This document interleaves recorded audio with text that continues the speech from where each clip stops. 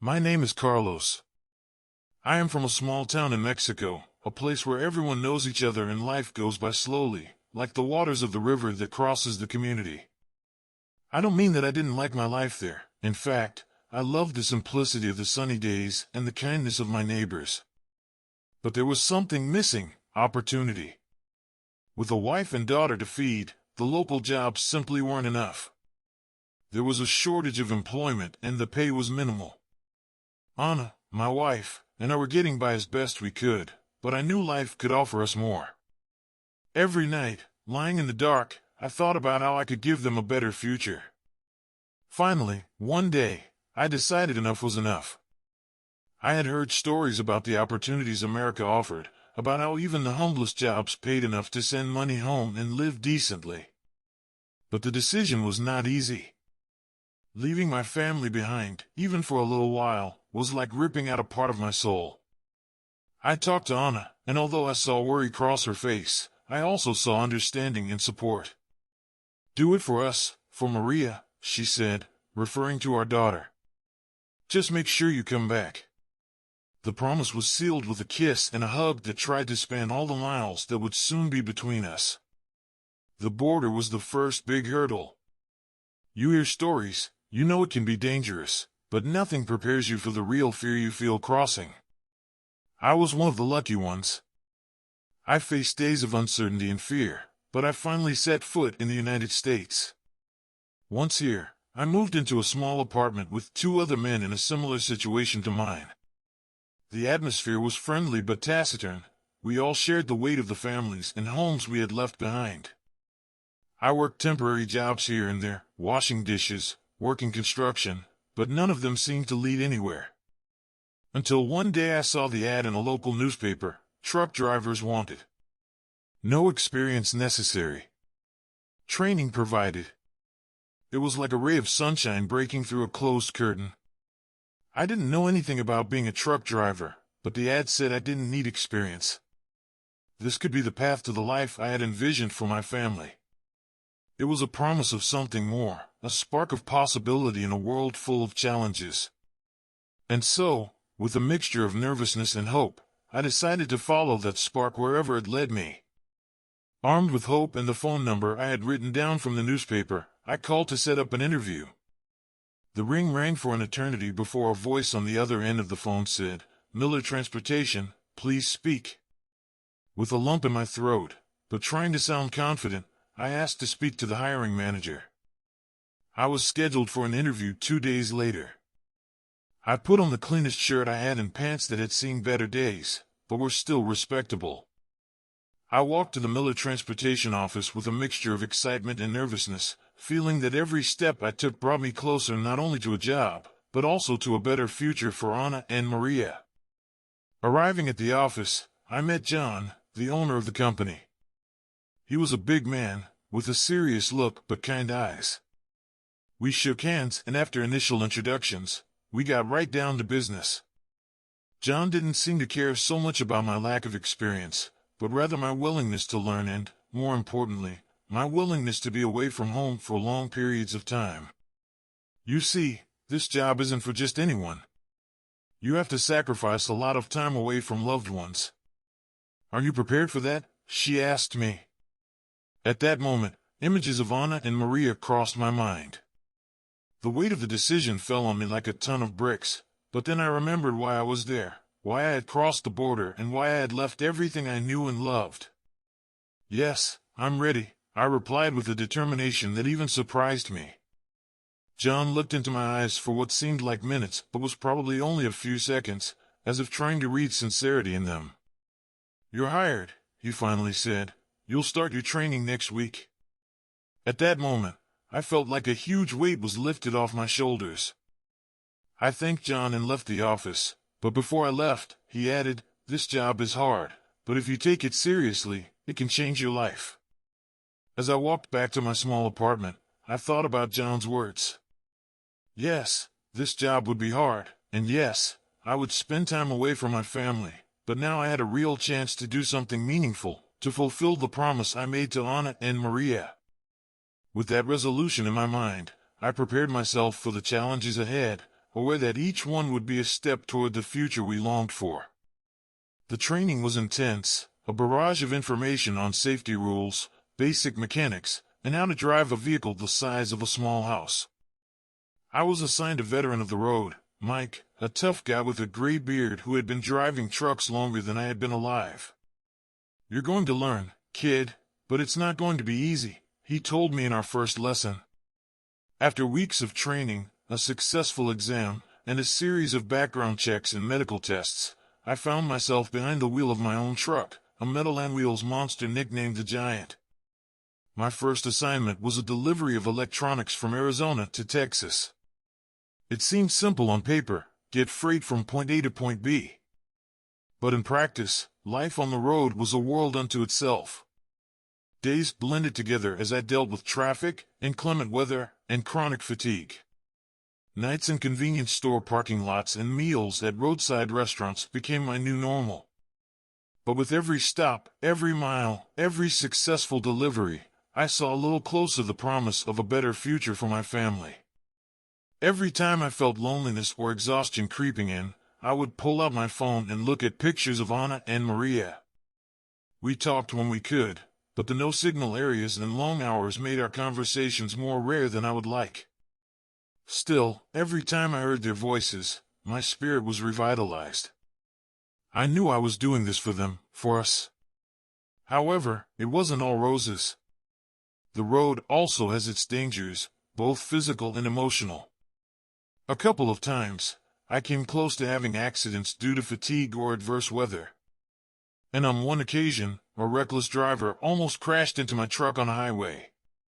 Fortunately, my reflexes and the skills I had acquired during my training allowed me to avoid a tragedy. It was on one of those lonely, reflective nights that I encountered the first serious obstacle on my trip to Texas.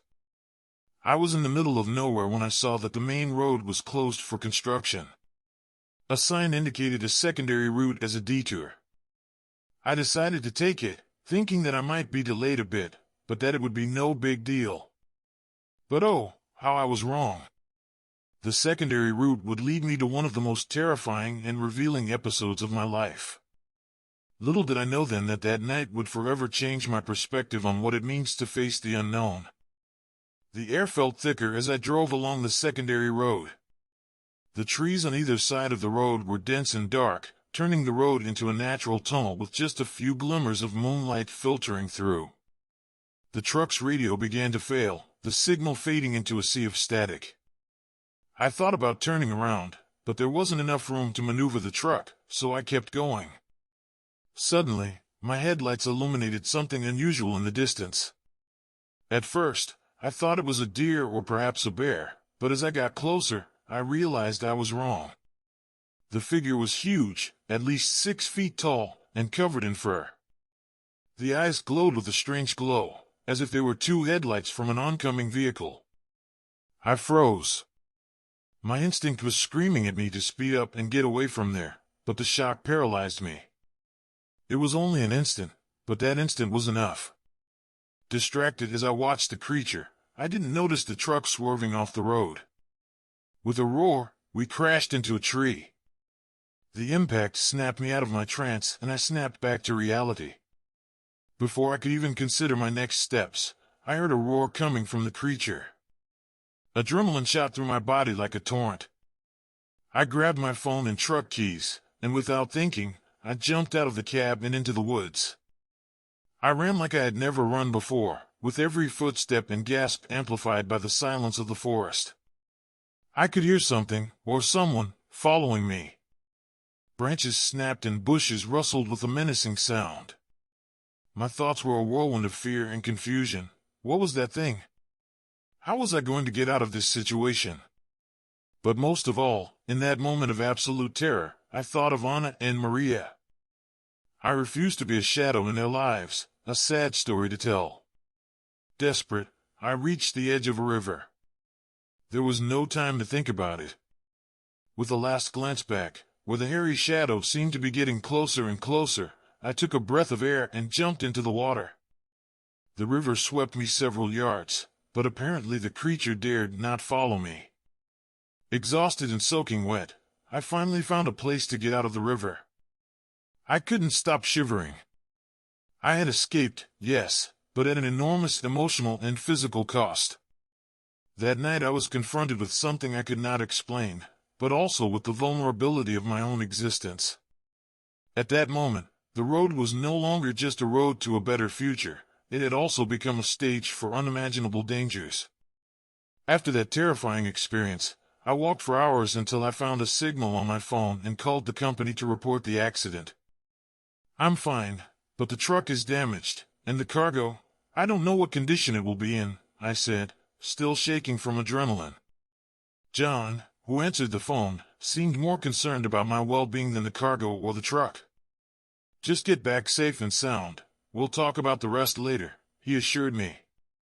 Finally, a highway patrol car picked me up. I told a simplified version of events, omitting any mention of the hairy, scary creature. I wasn't sure anyone would believe me, and at the time, I didn't know what to think myself. The truck was towed and the cargo inspected. Luckily, the damage was minimal compared to what could have been. However, my mind was far from those material details. I still couldn't get the sight of that creature out of my mind, nor the sound of its roar, nor the feeling of its presence chasing me in the dark. Returning home, I was greeted with a hug by Anna and Maria, completely oblivious to what had happened. "How was your first trip?" asked Anna, excited but also worried. I looked into her eyes, and for a moment, I was about to tell her everything. But I stopped myself. How could I explain something so far-fetched without alarming her? I decided to keep the incident to myself, at least for the moment. "It was hard, but here I am," I finally replied, returning her hug with a relief and gratitude I had never felt before. Over the next few weeks, I underwent a psychological and medical checkup. Post-traumatic stress, the company doctor ruled, which, considering the circumstances, seemed like a mild diagnosis to me. John gave me a few weeks off to recover, with the promise that my work would still be there when I was ready to return. I spent that time reconnecting with my family, but also secretly researching what I might have seen.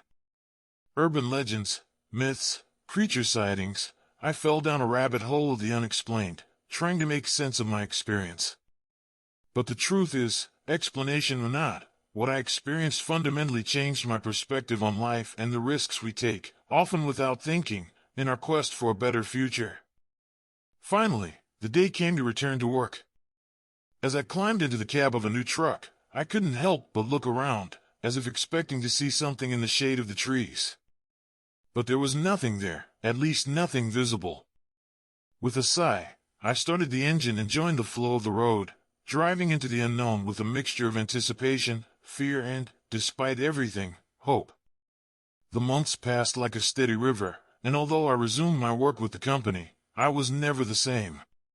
Night after night, every time I climbed into the cab of my truck, the memories of that terrifying experience came back to me. The creature from the forest had become a persistent ghost that lived in the darkest corners of my mind. Anna noticed the change in me, despite my best efforts to hide it.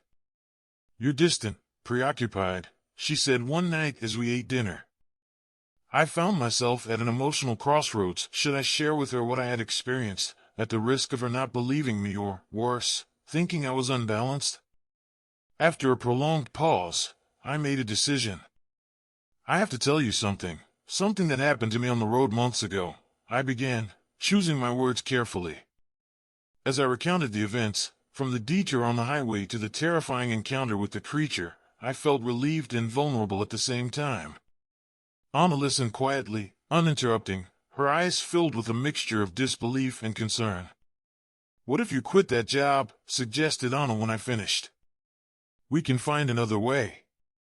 It's not worth it if it's going to cost you your peace of mind." The proposal left me thoughtful. I had come to the United States looking for a better life, and although being a trail driver was hard, it was also the opportunity one had been looking for. Should I give it all up for an encounter with something unexplainable?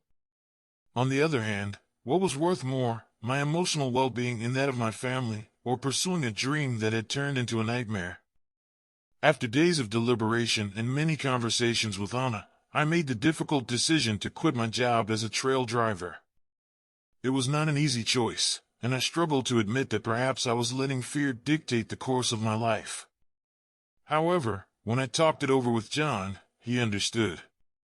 "The road isn't for everyone, and there's no shame in admitting it," he said, patting me on the back. In the months that followed, I found a new job in construction. It wasn't as lucrative as being a trail driver, but it allowed me to spend more time at home and away from the lonely roads that had changed my life so much. As Anna and I adjusted to this new normal, I knew I had made the right decision. I had given up a part of my American dream, yes, but in its place I found something more precious, the certainty that my family's safety and well-being were more important than any unsolved mysteries that might lurk on life's less traveled roads.